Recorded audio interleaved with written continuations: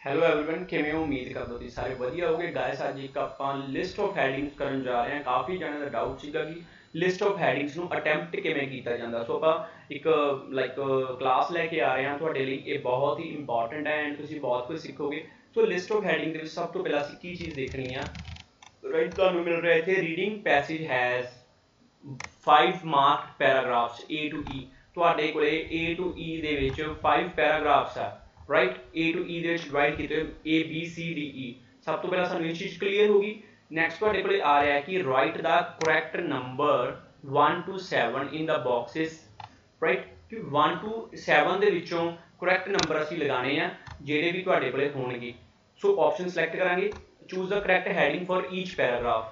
ਆਪਾਂ correct heading each paragraph ਦੀ ਲੈਣੀ ਆ from the list of headings below, ਜਿਹੜੀਆਂ ਸਾਨੂੰ ਨੀਚੇ ਲਿਸਟ ਆਫ ਦਾ ਹੈਡਿੰਗਸ ਦਿੱਤੀਆਂ ਹੋਈਆਂ ਨੀਚੇ, यानी कि ਸਾਡੇ ਕੋਲੇ ਇੱਥੇ ਲਿਸਟ ਆਫ ਹੈਡਿੰਗਸ ਪਈਆਂ ਵਾ। ਸਾਡੇ ਕੋਲੇ 1 to 7 ਦੀਆਂ ਆਪਸ਼ਨ ਦਿੱਤੀਆਂ, ਬਾਈ ਮਿਸਟੇਕ ਇੱਥੇ 8 ਪਾਇਆ ਹੋਇਆ। ਲਾਈਕ ਅਸੀਂ 1 to 7 ਨੂੰ ਨਹੀਂ ਪਹਿਲਾਂ ਰੀਡ ਕਰਾਂਗੇ। ਸਭ ਤੋਂ ਪਹਿਲਾਂ ਅਸੀਂ ਪੈਰਾਗ੍ਰਾਫ A, ਸਾਡੇ ਕੋਲ ਕੁਐਸਚਨ 1 ਦੇ ਵਿੱਚ ਕੀ ਆ ਰਿਹਾ? Paragraph A। ਅਸੀਂ ਪੈਰਾਗ੍ਰਾਫ A ਤੇ मूव ਕਰਾਂਗੇ।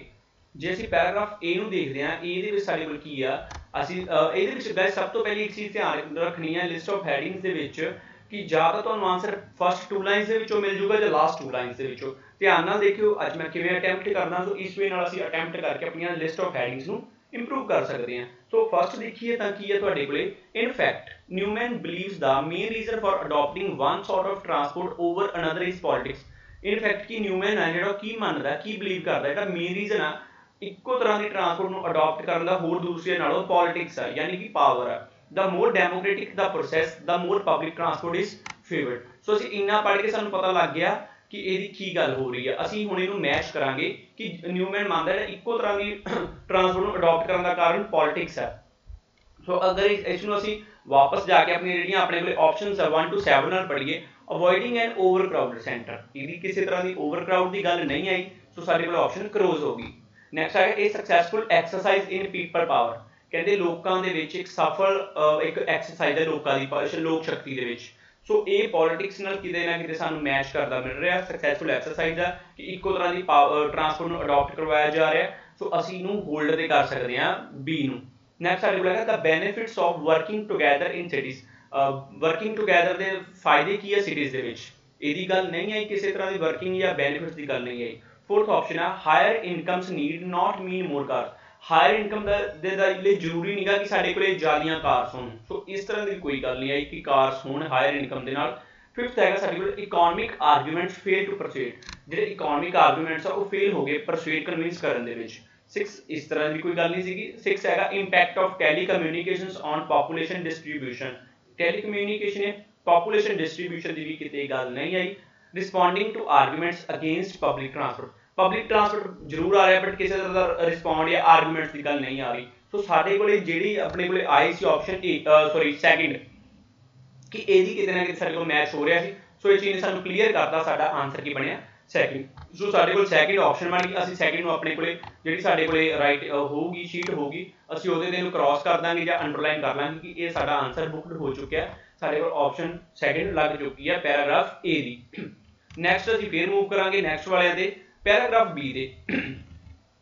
अगर ਅਸੀਂ ਪੈਰਾਗ੍ਰਾਫ ਬੀ ਨੂੰ ਪੜ੍ਹਨਾ ਸਟਾਰਟ ਕਰੀਏ, in the UK travel time to work had been stable for at least 6 century. की 6 सेंचुरी मतलब 1 सेंचुरी हो गए 100 साल, घट्टो घट्ट 600 सालों तो जो ट्रैवल टाइम का टू वर्क का स्टेबल सीगा। विद पीपल अवॉइडिंग सिचुएशन, ते लोग उस सिचुएशंस ਨੂੰ ਅਵੋਇਡ ਕਰਦੇ ਸੀ that required them to spend more than half an hour travelling to work. जिथे उन्होंने अद्धे घंटे तो ज़्यादा हाफ एन आवर तो 30 मिनट तो ज़्यादा ट्रैवलिंग टू वर्क दे विच स्पेंड करने पैंदे सीगे। सो असीं इहनूं मैच करते हैं, किसी नाल साडा मैच हो रहा है।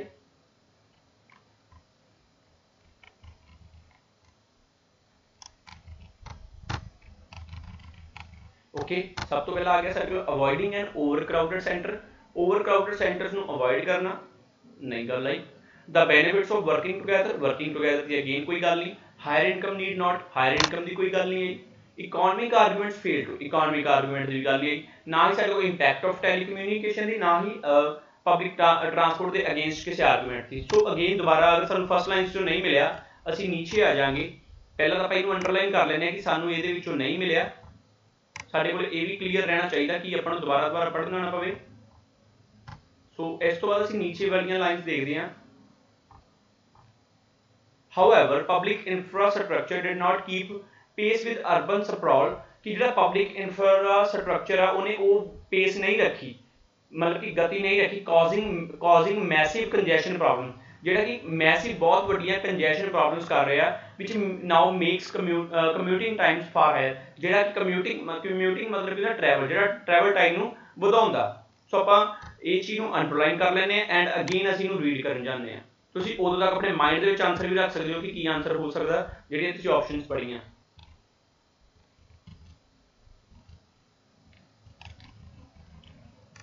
ਓਕੇ, ਅਵੋਇਡਿੰਗ ਐਂਡ ਓਵਰਕਰਾਊਡ ਸੈਂਟਰ, ਕਿਸੇ ਓਵਰਕਰਾਊਡ ਸੈਂਟਰ ਨੂੰ ਅਵੋਇਡ ਕਰਨ ਦੀ ਗੱਲ ਨਹੀਂ ਆਈ, ਬੈਨੀਫਿਟਸ ਆਫ ਵਰਕਿੰਗ ਦੀ ਗੱਲ ਨਹੀਂ ਆਈ, ਹਾਇਰ ਇਨਕਮ ਦੀ ਵੀ ਸਾਨੂੰ ਗੱਲ ਨਹੀਂ ਮਿਲੀ ਸੀ, ਇਕਨੋਮਿਕ ਆਰਗੂਮੈਂਟਸ ਦੀ ਗੱਲ ਨਹੀਂ ਆਈ, impact of telecommunication on population distribution ਦੀ ਵੀ ਗੱਲ ਨਹੀਂ ਸੀਗੀ। ਲਾਸਟ ਆਪਸ਼ਨ ਹੈ ਸਾਡੇ ਕੋਲ responding to arguments against public transport, ਜਿਹੜੇ ਪਬਲਿਕ ਟਰਾਂਸਪੋਰਟ ਦੇ ਅਗੇਂਸਟ ਔਰ ਆਰਗੂਮੈਂਟਸ ਨੂੰ ਰਿਸਪੋਂਡ ਕਰ ਰਹੇ ਸੀ। ਰਾਈਟ, ਸਾਡੇ ਕੋਲ ਆਪਸ਼ਨ ਕਿਹੜੀ ਆ ਗਈ 7, ਸਾਡੇ ਕੋਲੇ 7th ਆਪਸ਼ਨ ਆਈ ਆਨਸਰ ਦੇ ਵਿੱਚ। ਉਹ ਅਸੀਂ ਅਗੇਨ ਚੈੱਕ ਕਰ ਲਾਂਗੇ, ਉਹਨੂੰ ਵੈਰੀਫਾਈ ਕਰ ਲਾਂਗੇ ਕਿਵੇਂ। ਇੱਥੇ ਉਹ ਕਹਿ ਰਿਹਾ ਕਿ ਪਬਲਿਕ ਇਨਫਰਾਸਟ੍ਰਕਚਰ ਨੇ ਉਹ ਗਤੀ ਨਹੀਂ ਰੱਖੀ ਤੇ ਇੱਥੇ ਆਹ ਚੀਜ਼ ਕਾਜ਼ ਕਰ ਰਹੀ ਹੈ ਉਹਨਾਂ ਨੂੰ ਮੈਸਿਵ ਕੰਜੈਸ਼ਨ ਪ੍ਰੋਬਲਮ ਕਰ ਰਹੀਆਂ, ਇੱਥੇ ਉਹ ਪਬਲਿਕ ਟਰਾਂਸਪੋਰਟ ਪਬਲਿਕ ਇਨਫਰਾਸਟ੍ਰਕਚਰ ਦੇ ਅਗੇਂਸਟ ਆਰਗੂਮੈਂਟਸ ਕਰ ਰਹੇ ਆ। ਸੋ ਆਪਣੇ ਕੋਲ ਆਪਸ਼ਨ ਕਿਹੜੀ ਹੋਗੀ 7। ਸੋ ਇਹਦੇ ਅਕੋਰਡਿੰਗ ਸਾਡਾ 7th ਆਨਸਰ ਵੀ ਕਨਫਰਮ ਹੋ ਗਿਆ, ਬੁੱਕਡ ਹੋ ਗਿਆ। ਸੋ ਅਸੀਂ ਇਹਨੂੰ ਵੀ ਇੱਥੇ ਕ੍ਰਾਸ ਕਰ ਲਾਂਗੇ ਕਿਉਂਕਿ ਸਾਨੂੰ ਬਾਅਦ ਦੇ ਵਿੱਚ ਫਿਰ ਪੜ੍ਹਨਾ ਨਹੀਂ ਪੈਂਦਾ, again and again options already ਸਾਡੇ ਕੋਲ ਲੱਗ ਚੁੱਕੀਆਂ। ਸੋ ਨੈਕਸਟ ਅਸੀਂ ਪੈਰਾਗ੍ਰਾਫ 3 ਤੇ ਜਾਵਾਂਗੇ, ਅਸੀਂ ਆਪਣਾ ਨੈਕਸਟ ਆਨਸਰ ਫਾਈਂਡ ਆਊਟ ਕਰਦੇ ਹਾਂ। ਅਗਰ ਅਸੀਂ ਪੈਰਾਗ੍ਰਾਫ C ਦੇਖਦੇ ਹਾਂ, ਸਾਡੇ ਕੋਲ ਕੀ ਚੀਜ਼ ਆ, there is a widespread belief that increasing wealth encourage people to live farther out where cars are only viable transport। ਕਹਿੰਦੇ ਜਿਹੜਾ ਇਹ widespread belief ਹੈ ਕਿ ਵੈਲਥ ਜਿਹੜੀ ਜ਼ਿਆਦਾ ਵੈਲਥ ਹੋਣਾ ਇਨਕਰੇਜ ਕਰਦੀ ਲੋਕਾਂ ਨੂੰ ਫਾਰਦਰ ਆਊਟ ਰਹਿਣਾ, ਜਿੱਥੇ ਕਾਰ ਇੱਕ ਅਸੈਸਿਬਲ ਜਿਹੜਾ ਇੱਕ ਟਰਾਂਸਪੋਰਟ ਹੈ। ਦ ਐਗਜ਼ਾਮਪਲ ਆਫ ਯੂਰਪੀਅਨ ਸਿਟੀ, ਜਿਹੜੀ ਐਗਜ਼ਾਮਪਲ ਹੈ ਯੂਰਪੀਅਨ ਸਿਟੀਜ਼ ਜੋ ਰਿਫਿਊਜ਼ ਦੈਟ, ਮਤਲਬ ਕਿ ਉਹ ਚੀਜ਼ ਨੂੰ ਗਲਤ ਕਰਦੀ ਆ। ਦੇ ਆਰ ਆਫਨ ਵੈਲਦੀਅਰ ਦੈਨ, ਉਹ ਅਕਸਰ ਜਿਹੜੀ ਯੂਰਪੀਅਨ ਸਿਟੀਜ਼ ਦੇ are often wealthier than their American counterparts, ਮਤਲਬ ਕਿ ਅਮਰੀਕਨ ਕਾਊਂਟਰਪਾਰਟਸ ਨਾਲੋਂ ਵੈਲਦੀਅਰ ਆ, but have not generated the same level of car use, but ਉਹਨਾਂ ਨੇ ਉਸ ਲੈਵਲ ਦਾ ਕਾਰ ਯੂਜ਼ ਦਾ ਲੈਵਲ ਆਪਣੇ ਆਪ 'ਚ ਇੱਕ ਜਨਰੇਟ ਨਹੀਂ ਕੀਤਾ ਜਿਹਨੂੰ ਸਟੇਟਸ ਕਹਿ ਦਿੰਦੇ ਆ। ਰਾਈਟ, ਸੋ ਇੱਥੇ ਆਪਣੇ ਕੋਲੇ ਇਹਨੂੰ ਆਪਾਂ ਆਪਸ਼ਨ 2 ਲਾਈਨਾਂ 'ਚ ਪੜ੍ਹ ਕੇ ਆਪਾਂ ਨੂੰ ਇਹ 2 ਲਾਈਨਾਂ ਦੇ ਅਕੋਰਡਿੰਗ ਆਪਾਂ ਇਹਨੂੰ ਮੈਚ ਕਰਾਂਗੇ, ਸਾਨੂੰ ਕੀ ਆਨਸਰ ਮਿਲ ਰਿਹਾ। ਸੋ ਆਪਣੇ ਕੋਲ ਆਪਸ਼ਨ A ਫਸਟ ਸੀਗੀ ਅਵੋਇਡਿੰਗ ਐਂਡ ਓਵਰਕਰਾਊਡਡ ਸੈਂਟਰ। ਅਗਰ ਦੇਖਿਆ ਜਾਵੇ ਇਹਦੇ ਨਾਲ ਫੇਰ ਨਹੀਂ ਮੈਚ ਹੋ ਰਿਹਾ ਸਾਡਾ। ਨੈਕਸਟ ਸਾਡੇ ਕੋਲ ਹੈਗਾ ਆਲਰੇਡੀ ਅਸੀਂ ਲਗਾ ਚੁੱਕੇ ਹਾਂ। ਥਰਡ ਹੈਗਾ ਬੈਨੀਫਿਟਸ ਆਫ ਵਰਕਿੰਗ ਟੁਗੇਦਰ, ਇਸ ਦੀ ਵੀ ਕੋਈ ਗੱਲ ਨਹੀਂ ਆ ਰਹੀ। Higher incomes need not mean cars, ਦੇਖੋ ਆ ਆਪਣੇ ਕੋਲੇ ਆਪਸ਼ਨ ਸਿਲੈਕਟ ਹੋ ਰਹੀ ਆ। Higher income need not mean motor, higher income ਜ਼ਿਆਦਾ ਹੋਣ, ਉਧਰ ਵੈਲਦੀਅਰ ਵਰਡ ਸੀਗਾ, ਉਹਦਾ ਮਤਲਬ ਇਹ ਨਹੀਂਗਾ ਕਿ ਸਾਨੂੰ ਬਹੁਤ ਕਾਰਸ ਦੀ ਲੋੜ ਆ। ਰਾਈਟ, ਹੁਣ ਅਗਰ ਅਸੀਂ ਇਹਨੂੰ ਦੁਬਾਰਾ ਦੇਖੀਏ ਇਹੀ 2 ਲਾਈਨਾਂ ਨੂੰ ਜਿਹੜੀਆਂ ਅਸੀਂ ਪੜ੍ਹੀਆਂ ਕਿ ਜਿਹੜੀਆਂ ਦੇਰ ਇਜ਼ ਵਾਈਡ ਸਪਰੈਡ ਜਿਹੜਾ ਬਲੀਫ ਮੰਨਿਆ ਜਾਂਦਾ ਕਿ ਹਾਇਰ ਇਨਕਮ ਹੈ ਜਿਹੜੀ ਉਹ ਮੋਟੀਵੇਟ ਲਾਈਕ ਆਪਾਂ ਕਹਿ ਸਕਦੇ ਹਾਂ ਮੋਟੀਵੇਟ ਕਰਦੀ ਹੈ, ਇਨਕਰੇਜ ਕਰਦੀ ਆ ਕਿ ਉਹਨਾਂ ਨੂੰ ਫਾਦਰ ਆਊਟ ਰਹਿਣਾ, ਕਾਰ ਸੀ ਜਿੱਥੇ ਵੇਅਬਲ ਟਰਾਂਸਪੋਰਟ ਆ। But example of European city, ਜਿਹੜੀ ਐਗਜ਼ਾਮਪਲ ਹੈ ਯੂਰਪੀਅਨ ਸਿਟੀ ਦੀ, ਉਹ ਇਹ ਚੀਜ਼ ਨੂੰ ਰੋਂਗ ਪ੍ਰੂਵ ਕਰ ਦਿੰਦੀ ਹੈ ਕਿ ਦੇ ਆਰ ਆਫਨ ਵੈਲਦੀਅਰ, ਉਹ ਅਕਸਰ ਹੀ ਵੈਲਦੀਅਰ ਸੀਗੇ ਅਮਰੀਕਨ ਕਾਊਂਟਰਪਾਰਟਸ ਨਾਲੋਂ, ਬਟ ਉਹਨਾਂ ਨੇ ਉਸ ਲੈਵਲ ਦਾ ਜਨਰੇਟ ਨਹੀਂ ਕੀਤਾ ਕਾਰ ਯੂਜ਼ ਦੇ ਲਈ, ਆਪਣਾ ਉਹ ਸਟੇਟਸ ਜਨਰੇਟ ਨਹੀਂ ਕੀਤਾ। ਸੋ ਉਧਰ ਆਪਣੇ ਕੋਲ ਆਪਸ਼ਨ ਡਾਇਰੈਕਟਲੀ ਮੈਚ ਹੋ ਰਹੀ ਆ ਕਿ higher income need not mean motor. ਇਹ ਜ਼ਰੂਰੀ ਨਹੀਂਗਾ ਕਿ ਅਗਰ ਹਾਇਰ ਇਨਕਮ ਹੈ ਤਾਂ ਸਾਨੂੰ ਕਾਰ ਦੀ ਵੀ ਜ਼ਰੂਰਤ ਹੈ। ਸੋ ਆਪਣੇ ਕੋਲੇ ਆਨਸਰ ਕੀ ਹੋ ਗਿਆ 4। ਇਸ ਤਰ੍ਹਾਂ ਸਾਡੇ ਕੋਲੇ 4th ਆਨਸਰ ਮਿਲਿਆ ਐਂਡ ਇਸ ਤਰ੍ਹਾਂ ਅਸੀਂ ਟਰਾਈ ਕਰਦੇ ਹਾਂ ਲਿਸਟ ਆਫ ਹੈਡਿੰਗਸ ਨੂੰ। ਦੇਖੋ ਹੁਣ ਤੁਹਾਨੂੰ ਈਜ਼ੀਲੀ ਪਤਾ ਲੱਗ ਰਿਹਾ ਹੋਊਗਾ ਕਿ ਅਸੀਂ ਇਹਨੂੰ ਕਿਵੇਂ ਕਰਦੇ ਹਾਂ। ਜਿਵੇਂ ਆਪਾਂ ਨੂੰ ਜਿਵੇਂ ਤੁਹਾਨੂੰ ਕਿਹਾ ਸੀ ਇਹ ਆਪਾਂ ਨੂੰ ਜਾਂ ਪਹਿਲੀਆਂ 2 ਲਾਈਨਾਂ ਦੇ ਵਿੱਚੋਂ ਮਿਲੂਗਾ ਜਾਂ ਲਾਸਟ। ਦੇਖੋ ਸਾਨੂੰ ਇਹ ਵਾਲਾ ਸਾਨੂੰ ਫਸਟ ਲਾਈਨ ਦੇ ਵਿੱਚੋਂ ਮਿਲ ਗਿਆ, ਇਹ ਸਾਨੂੰ ਫਸਟ ਲਾਈਨ ਦੇ ਵਿੱਚੋਂ ਨਹੀਂ ਮਿਲਿਆ ਸੀਗਾ ਇੱਥੇ, ਬਟ ਸਾਨੂੰ ਇੱਥੇ ਮਿਲ ਗਿਆ ਸੀ ਲਾਸਟ ਵਾਲੀਆਂ ਦੇ ਵਿੱਚ। ਐਂਡ ਸਾਨੂੰ C ਵੀ ਲਾਈਕ ਪਹਿਲੀਆਂ 2 ਲਾਈਨਾਂ 'ਚ ਹੀ ਮਿਲੇ ਆ। ਐਂਡ ਇੱਕ ਚੀਜ਼ ਹੋਰ ਆ ਰਹੀ ਹੈ ਉਹੀ ਵਾਲੀ ਚੀਜ਼ ਨੂੰ ਪ੍ਰੂਵ ਕਰਨ ਨੂੰ, ਹਾਇਰ ਇਨਕਮ ਵਾਲਾ ਡਿਵੈਲਪਿੰਗ ਸਿਟੀਜ਼ ਇਨ ਏਸ਼ੀਆ। ਦੇਖੋ ਇੱਥੇ ਵੀ ਗੱਲ ਆ ਰਹੀ ਹੈ ਡਿਵੈਲਪਿੰਗ ਸਿਟੀਜ਼ ਇਨ ਏਸ਼ੀਆ ਸਚ ਐਸ ਜਕਾਰਤਾ। ਠੀਕ ਹੈ, ਇੱਥੋਂ ਹੋਰ ਆਪਾਂ ਇਹਨੂੰ ਅੰਡਰਲਾਈਨ ਕਰ ਲਈਏ ਫਿਰ ਪੜ੍ਹਦੇ ਹਾਂ। Jakarta and Bangkok make more use of cars than wealthy Asian cities such as Tokyo and Singapore।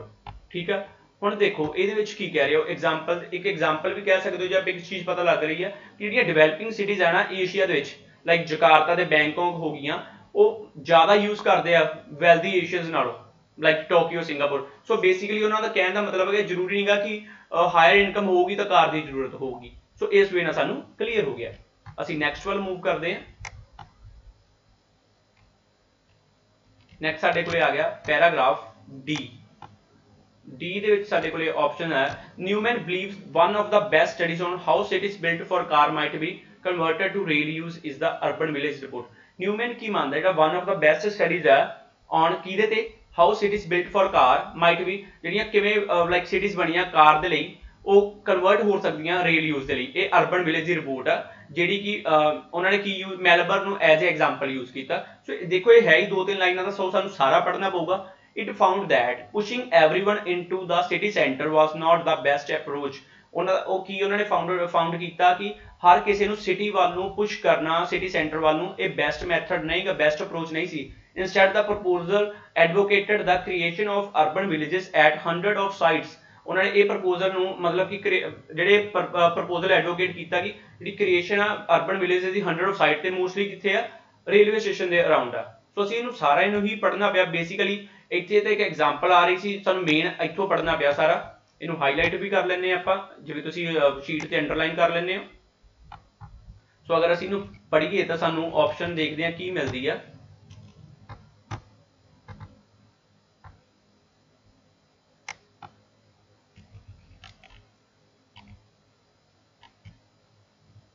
ਸਾਡੇ ਕੋਲ ਆਪਸ਼ਨਸ ਆ ਅਵੋਇਡਿੰਗ ਐਨ ਓਵਰਕਰਾਊਡਡ ਸੈਂਟਰ।